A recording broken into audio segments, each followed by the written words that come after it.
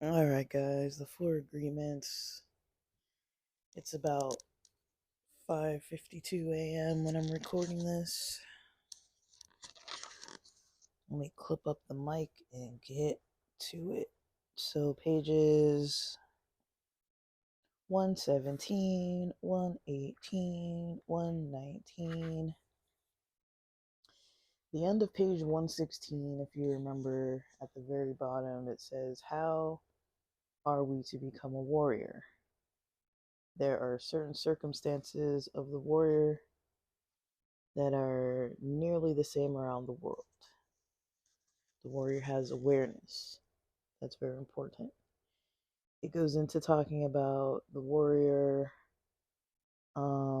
has control over themselves, discipline over ourselves no matter what, and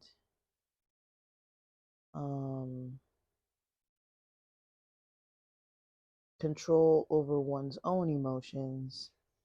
They distinguish between how a victim represses because they're afraid to show the emotions. This is on the bottom of page 117. And to refrain is not the same thing as repression. To refrain is to hold the emotions and to express them in the right moment, not before, not later. That is why warriors are impeccable. So it talks about behavioral control of oneself. And 118 starts with this topic: the initiation of the dead, embracing the angel of death. It's kind of this like carpe diem kind of feel to it, you know. At the bottom of the first paragraph, it says the truth is that we don't know if we're going to die tomorrow. And if a doctor had told us that we're going to live for a week, we'd have two choices. It mentions two choices. I don't know if there's more than two choices. But one option would be to tell everyone and suffer because we're going to die with an attitude of poor me, I'm going to die, and create a big drama. And the other choice is to use every moment to be happy, to do what we really enjoy doing. And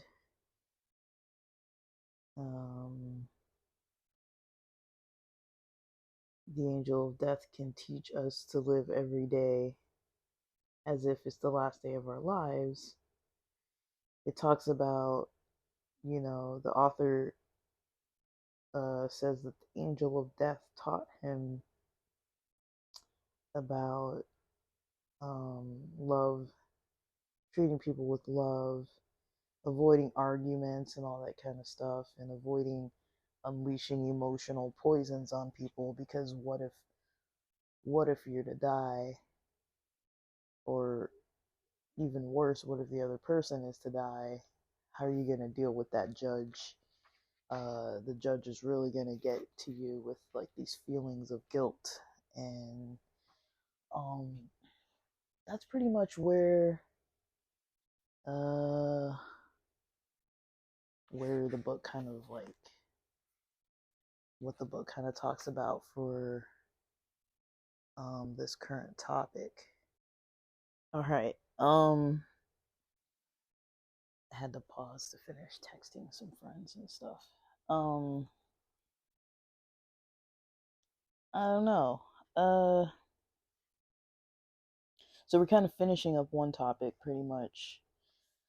The topic that ended talking about the warrior and refraining, the emotional refraining versus the repression, which is more a victim approach. Talks about, if you remember, because I forgot, so I'm going to read it again. On page 111, that title is called the discipline of the warrior, controlling your own behavior. Um, and the way to control behavior is to control emotions and to not, repress them. Um, I think when people, there's a lot of like strange psychology, a lot of strange psychological, fucking, uh, a lot of strange, sorry for the profanity, I don't know where that came from. A lot of strange psychological, um,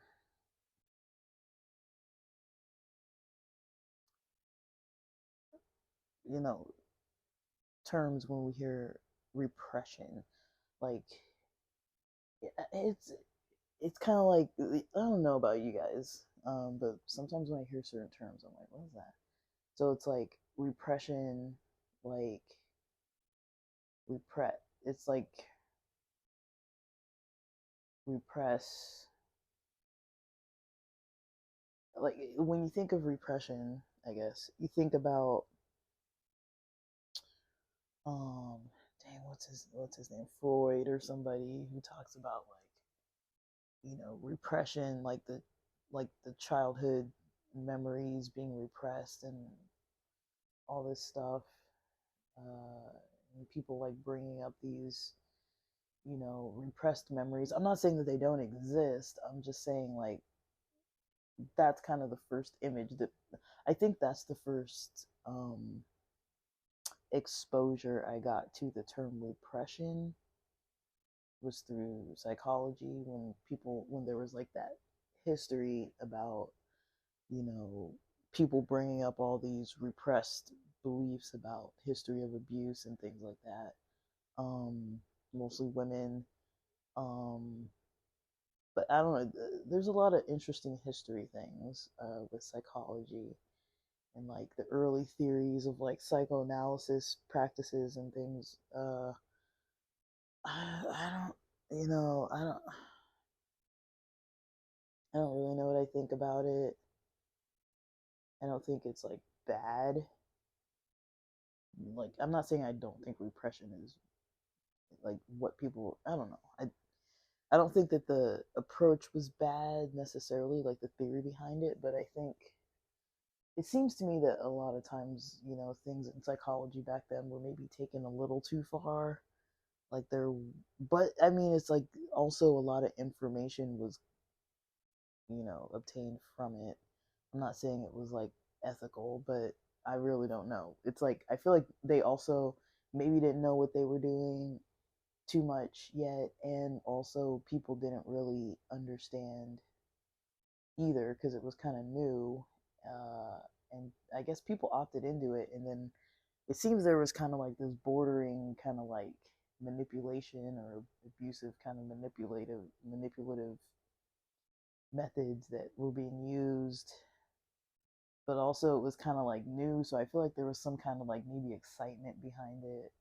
Like people were like, oh, we're actually finding something like in the mind, and it's like categories of things or like different things like that. But I mean, if you think about repressed emotions, instead of like repressed memories, I guess, I don't know if that's the same thing, but repressed emotions are more uh, like when you just don't have a process of getting something out. Like I've mentioned before, I like podcasting. It's almost like a form sometimes of like journaling, but it's more like, I'm aware that I'm talking to an audience, so I'm not like saying like every single thing that's on my mind. It might sound like I am, but I do actually, you know, dial it back, quite a bit. Um, because I think about like who might be listening. I might have previous pastors listening. I might have previous people I went to church with listening, family members, siblings, friends. Like I kind of have to think about it. I'm like, okay, like when I talk to those types of people individually, I don't really want them all.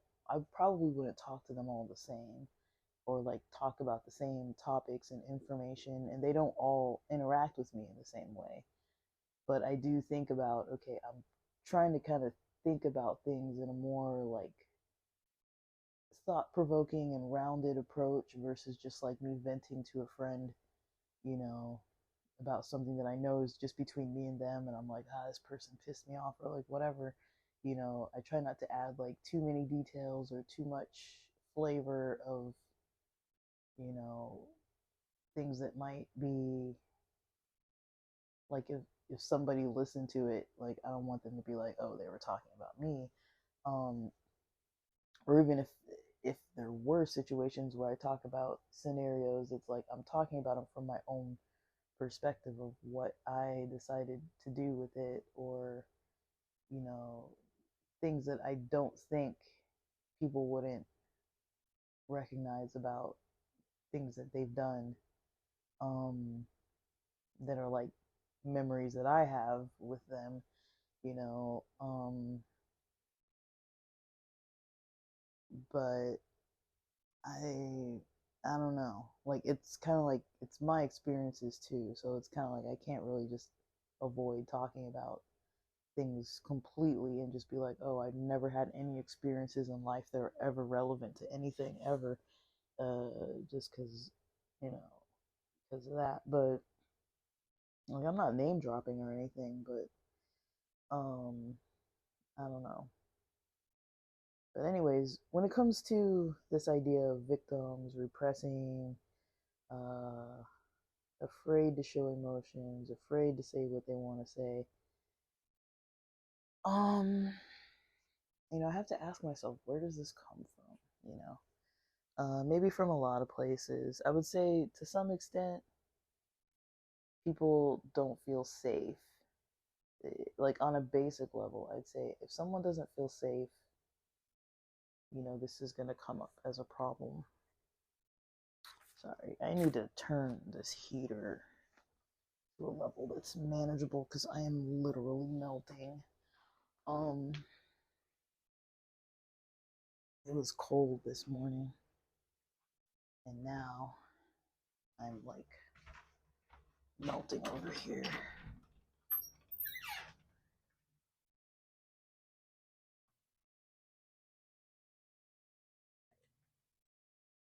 All right, it was set at 71.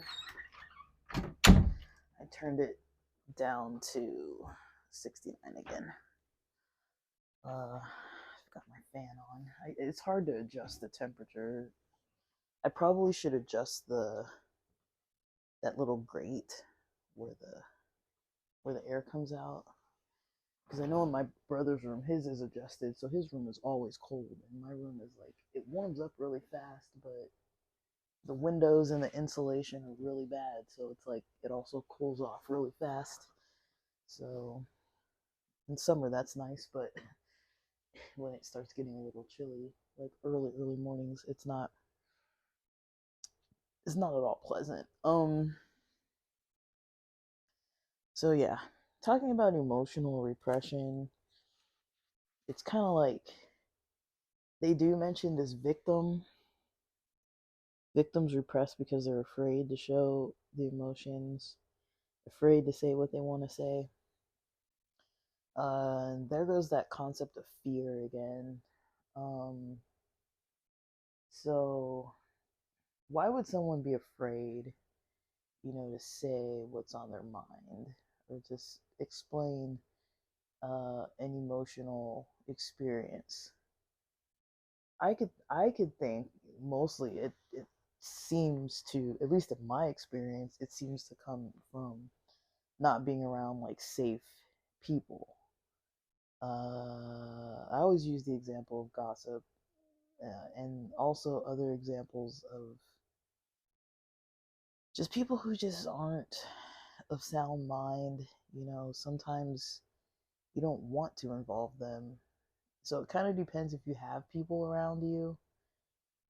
If you don't have people around you, you could always do other creative methods, art, music, journaling, poetry, writing, like put it into some kind of stories or something like that. There are other ways to express it where you're not even really sharing with another individual. And then there are ways that are kind of like podcasting, YouTube, stuff like that, where you can share with other people, blogging, and like other people will read it or engage with it. But you know, um, I feel like those are like alternative methods, and I don't really know if that's even um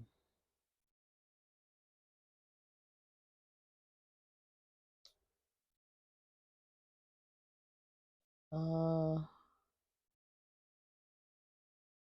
I don't know if that's I don't think there's any way to really label if it's like better or not. Like I don't think that the only way to express emotions is to express them to another human being face to face. Like I think nowadays we have a lot of methods. We've always had a lot of methods, you know, of expression. Um, but I don't really know. I think usually when people hear about expressing emotions, like most of the time people are gonna think, oh, I need to sit down and talk face to face to somebody. That's like the most common or ancient way of doing it, probably. I mean, some people even pray. Some people use some form of like meditation where they're like intently focused on certain things, like sitting in it, like letting it stew. Um, so that's to me that kind of seems like a method that people would use, or multiple types of methods, versus refraining, which would be, you know,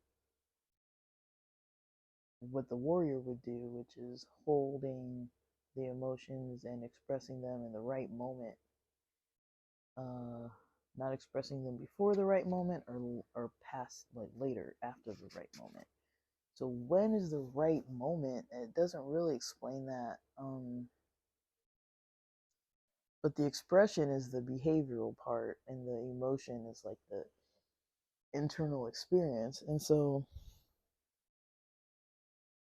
I mean, from doing groups when I was working in a mental health clinic, I would say one of the most common topics that I feel like most people gravitated towards was like the social. You know, I was facilitating this group where people with psychosis could come to the group. And I don't know if everyone there had psychosis, or maybe they did. I don't know. But we kind of talked about, you know, you know, it was hard to find topics. You know, initially we were talking about the history of psychosis, and like there was really only information out of like kind of like Australia, New Zealand, the UK. There really wasn't a lot of information. It was mostly educational, like labeling different types of symptoms and what is this called and what's the difference between this versus that and what does that mean and what does it look like. And I was like, okay, like we're doing something, people are learning. And it wasn't until I learned more about you know how people were concerned socially with their symptoms. It was pretty much any kind of symptoms. That's mostly what people seem to gravitate towards, were these topics about, well, how is this impacting my social relationships? How does my family see me? How do I see myself? How is my self-esteem? How do I have this internal, self-talk dialogue with myself?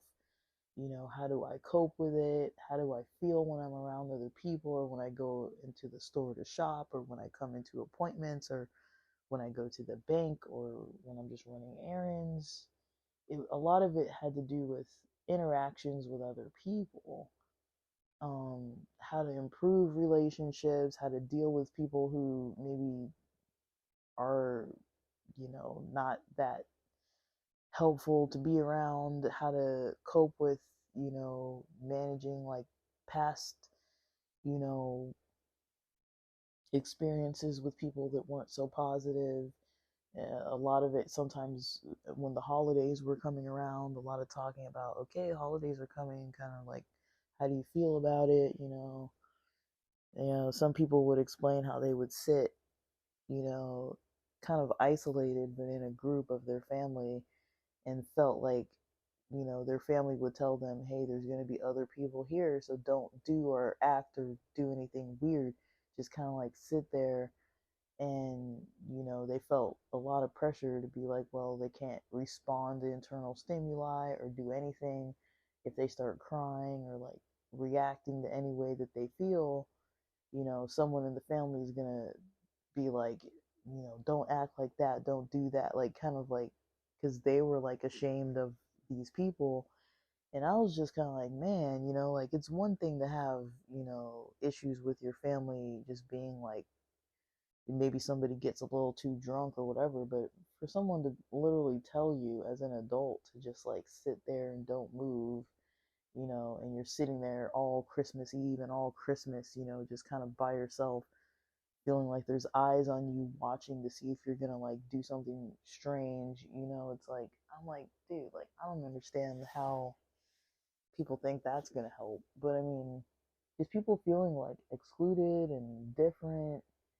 And there was a lot of that. There was definitely a lot of that. And you know i I was often trying to get the message across that, like, I don't think that people with different symptoms or different experiences from psychosis, or with none of those symptoms, or with no diagnosis, I don't think anybody feels different. Like, everybody kind of wants overall the same things: to feel accepted, to have social situations where they feel comfortable in them and other people feel like, make them feel accepted and wanted and things like that.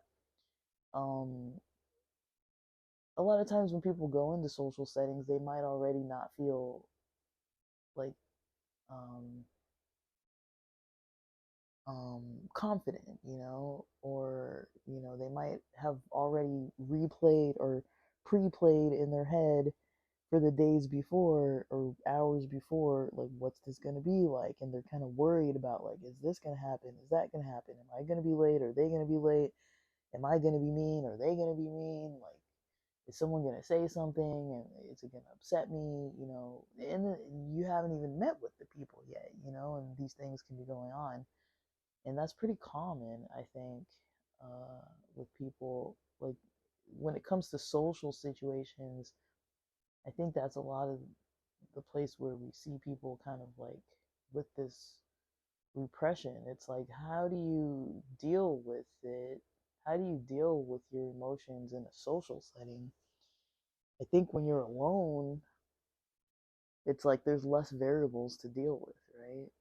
Maybe. I mean, like, sometimes you can be in your own head and maybe you need a better distraction from inside your own mind. And then other times you can be out with other people or around other people, and there's just so much buzzing around you that it's like, sometimes that can be good, sometimes for some people that doesn't really help. So it's like, you know um and if you know kind of how your energy shifts when you're with other people, with certain people especially, it's like your energy is not the same around every single person. Usually, at least for me, it's not. Some people I'm like maybe a little more tense around. Some people I'm like, it's almost as if I've had a couple beers and I'm just like, I'll say whatever comes to my mind, you know what I mean? Like, I don't really have too much of a filter with them, and I'm like, I don't really think they care if I say this or say that. I'm just kind of like, whatever. Um, I don't feel like they're judging me. I mean, if they are, I don't think they are. I just don't interpret it that way. Um, but I don't really know too much more about how to approach these ideas about like emotional repression. You know, if you don't have safe social spaces, it doesn't seem super wise to be open to people about things. And I don't know, I don't want to be so like cynical, but I feel like the more the world gets so ill. There's like this illness, and it's not the Rona. It's like this other illness that's going around. It's you see it in the social media. I talk about it with friends all the time. You see it all over the place. It's like there's this illness of like extreme negativity. Um, I go through my YouTube feed or my YouTube recommendations or Netflix, and I'm like, you know, I'll talk about this at maybe on certain podcasts where there's this censorship, where there's these religious groups, high demand religious groups that are really kind of concerned about, the dangers of the internet. And, I think about those things because I'm like, lately when I've been browsing the internet, I'm like, man, can something positive come up? It seems like there's like neutral stuff, there's negative stuff, and then every now and then there's something more negative. Like somehow today, early this morning at 5 something in the morning, I'm just scrolling and there's this short that pops up about like how they found some baby that was doing well after being swept away by a tornado or something. I'm like, why would I ever need to know that? You know, how on earth would I have even come up with that scenario that, oh, maybe a baby could get swept away? It's like things that are like, now this isn't like, I'm not like deeply like hurt by it or anything, but I'm like, why would I need that in my mind? Why would I need to learn the story? I watched some story the other day about some kid who ate some, you know, gummies that had fentanyl residue on them, like a 10-year-old and like maybe two or three other kids that ended up getting hospitalized and they were all well from it. Like they all did well, came out okay, it sounds like within the same day, but it's like some kid brings gummies to school where there's residue in the baggie, and shares it with some other 10-year-old children and they get impacted. It's like, how do you have a plastic baggie that has fentanyl residue where a child has access to it? It's like fentanyl we know is an issue. It's been an issue for a while now, and it's like, I partake of not fentanyl gummies, but I partake of different types of gummies, and I could see how a kid would maybe know, oh, my parent has these gummies. They don't know the difference between what kind of gummy bears are, you know, medicated, if that's what you want to call them. I don't know. They don't know the difference. They see gummy bears and they're probably like, oh, my parents are hiding all these freaking gummy bears. I'm going to take them to school. Like, I don't know. Just stuff like that. I mean, like, I don't think it's like worth really like talking about it in too much detail because it's just like negative stuff that I would have never thought to look at or want to know. you know, like I'm not searching like, oh, I wonder if any 10-year-olds have been impacted by fentanyl gummies.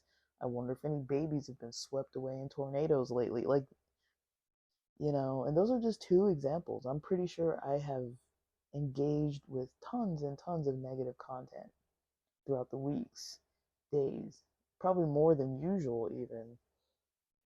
I remember one weekend, like 2 or 3 days straight, I binge watched all this content about migrants like fleeing from different countries and the processes that they had to go through that were so dangerous by land and sea, and with you know these people who were like um, smuggling them around, in boats, and just dangerous situations, through jungles and hiking around and all different ways that they were just trying to get to some kind of peace, walking, through snow and all these places, and then they end up at these camps and stuff where it's like, who knows how many years some of them have been there and stuff, just trying to find a better life, fleeing countries, multiple countries, and it's like, I wouldn't have known any of that or thought to search that either. It's like, and the more I engage with the content, the more the content's going to come out and it's going to be negative. And it's like, but I also wonder, like, okay, like, is there positive content? The more I scroll around, the more I'm like, there really isn't that much positive out there. Funny stuff, stuff that's like, not like kids falling out of chairs and stuff. I mean, like, stuff that's actually funny, not like the whole, like, somebody got injured, so it's funny. Um, like, just, it's just, it bothers me, it kind of bothers me to think about, this can't be healthy. It can't be healthy to be getting recommended things to watch that maybe less than 5% of it is like positive, uplifting information. It's very hard to find that. And if they just recommend stuff to you, of course you're going to click it, keep scrolling, click another one. I'm really trying to get more into a habit where I'm like searching things, thinking about what I want to know and searching for that instead of relying on some algorithm to tell me what is available to me. Um, it's just, you know, I think this is going to create a lot of sickness in society. Um, I do. If you think about screen times, how much time people spend with a combination of YouTube, Netflix, podcasts, Instagram, TikTok, or other types of apps, you know, it can be like 7 to 9 hours a day, you know, that people are on these apps. And I don't even know if people's laptops or desktops, track that much like that. And it's like, how's your screen time doing? Um, you know, I know that doesn't have to do with like the emotion stuff directly, but it's like, I think all this is going to start impacting people in a way where it's like, people are having harder times already relating to each other. There's these, I don't know how accurate the research statistics are, where it's like people are, they say that like certain uh, age ranges of males have admitted to not, having sex with anyone in the last while. Like there's this group of males that's like in their 20s to 30s or something like that, where they say like there's a whole lot more guys lately that haven't been having sex with anyone, that are more isolated than, I don't know if it's than ever before. I really don't know that, but it's like, it seems like there's this kind of like, people are more isolated, men, women, whoever, with the dating scenes and stuff, or it's kind of adjusting, changing. I find myself debating, do I want to go out or stay in and save money because everything's so expensive? I try and make it so I'm at least getting out once a month, you know. Everything costs so much money. I'm like, why does everything cost so much dang money? It costs a lot of money. I mean, we're not even talking about that here, but I can go on and on and on about that. That nasty coffee. I drank some Folgers instant coffee and put a spoonful of it into too little water. It was disgusting. I didn't even finish it. I put a whole creamer little cup thing in it, and it was disgusting. But I think it's got my mind kind of like off on a tangent here. Um, I'm caffeinated, but I don't know. That was disgusting coffee. Um, I was literally drinking it for the energy. But anyways, on pages 18 and 19, where it starts talking about um the doctor, you know, yeah, if somebody has like a week to live, or if somebody had, and this, it's kind of a morbid thing, but it almost reminds me of like the whole carpe diem, seize the day, live the day to your fullest. Consider your interactions with people, especially loved ones, and trying not to treat your relationships like this is the this is the last time you're gonna see them, or the only time you're gonna see them, or